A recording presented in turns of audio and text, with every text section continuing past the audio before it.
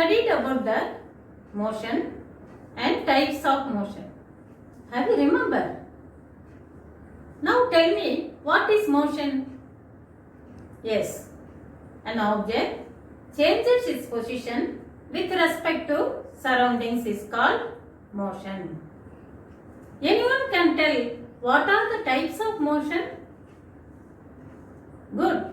Rectilinear motion, curvilinear motion, rotatory motion, circular motion, random motion, periodic motion or oscillatory motion.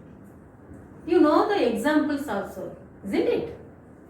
These 6 types of motions will come under 2 categories, that is uniform motion and non-uniform motion. Now, I am going to explain about uniform motion and non-uniform motion. It will take uniform motion means an object covers equal distance in equal interval of time. Non-uniform motion means an object covers unequal distance in equal interval of time. Are you clear, children? These are all the examples for uniform motion and non-uniform motion.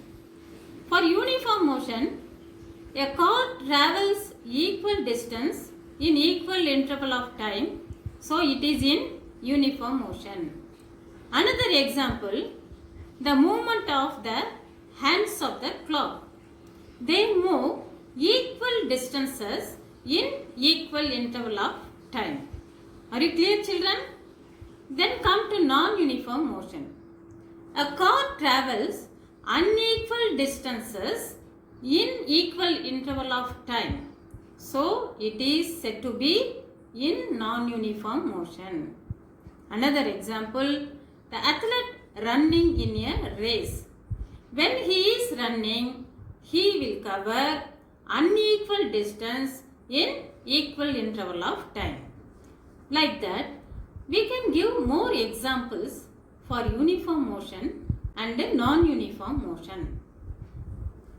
Children, see this table. Observe the reading given in the table. In the first column, the distance travelled by object A in meter is given. In second column, distance travelled by object B in meter is given.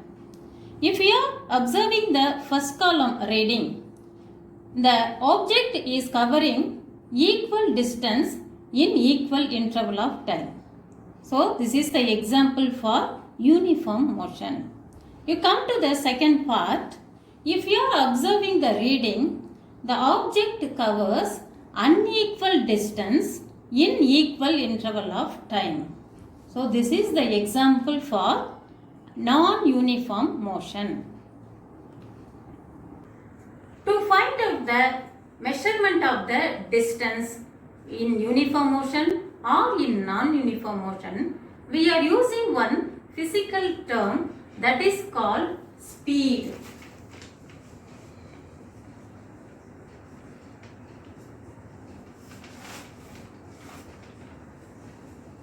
We are using this term, that is speed, to find out the distance, whether it is in uniform motion or in non-uniform motion. Speed equal to distance travelled by time taken. You know about the unit of distance time. In previous class, you have learnt about the unit, isn't it? Now tell me, what is the unit of distance? The unit of distance is meter. The unit of time is second. So, the SI unit of speed is meter by second, or we can write meter second power minus 1. So, speed equal to distance by time taken.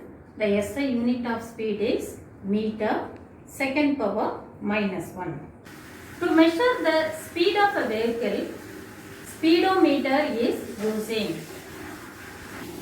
Children, look at the picture. This is speedometer and this is odometer. Speedometer records the speed directly in kilometer per hour. Speedometer is used to record the speed of a vehicle directly in kilometer per hour. Then another meter, this is odometer. Odometer, it is used to measure the distance moved by the vehicle. Odometer is used to measure the distance moved by the vehicle. The speed of a vehicle can be represented in graph also. Already we are learning about the graph. To draw the graph, we need two variables. Here, we are taking time and distance. Take time along the x-axis and distance along the y-axis. When we are marking the points straight away to distance and the time, we will get the graph. So this graph shows for uniform motion. Now see this one problem. An object travels 16 meter in 4 seconds and then another 16 meter in 2 seconds. What is the average speed of the object? See, usually speed means, what is the formula?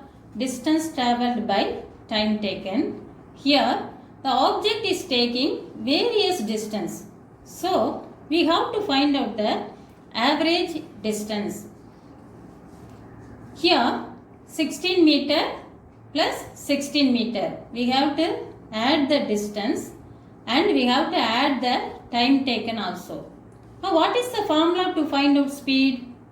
Speed equal to total distance travelled by time taken. So when you are substituting the value, we will get the average speed. Are you clear, children? Children, so far I have discussed about motions and types of motion and one of the physical term, speed. What is speed? Speed is nothing but distance by time taken. What is the SI unit of speed? Meter second power minus 1. Are you clear, children? Do you have any doubt? Fine. Shall I move to next topic? Next topic is time. The SI unit of time is second. The SI unit of time is second. Previously, people were using sun clock, water clock and sundial to find out the timings. Later, pendulum clock was introduced.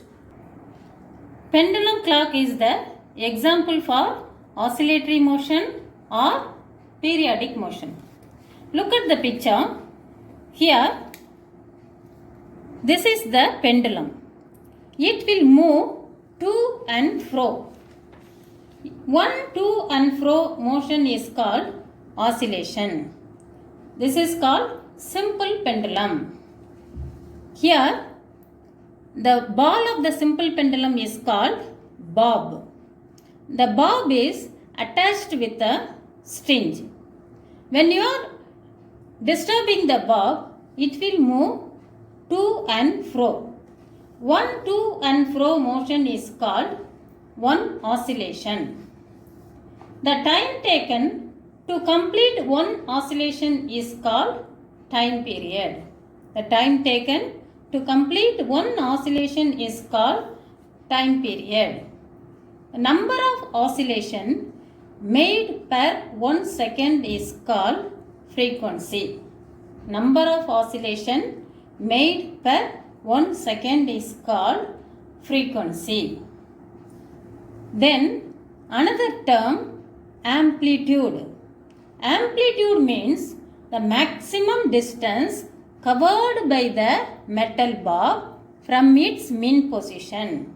Amplitude is the maximum distance covered by the metal bob from its mean position on both the sides.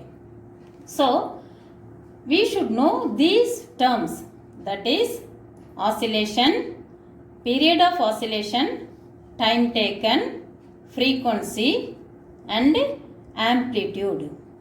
This is metal bob in simple pendulum.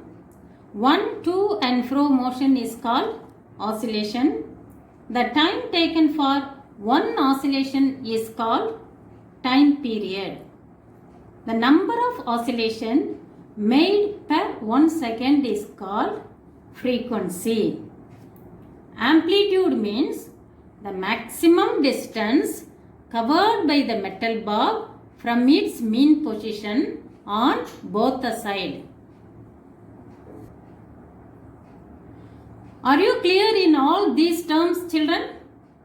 Good. Nowadays, we are using table clock, digital clock, solar clock to find out the timings. Students, are you clear in time and the unit of time? I will send the homework. You do the homework. In next class we will meet. Thank you, children.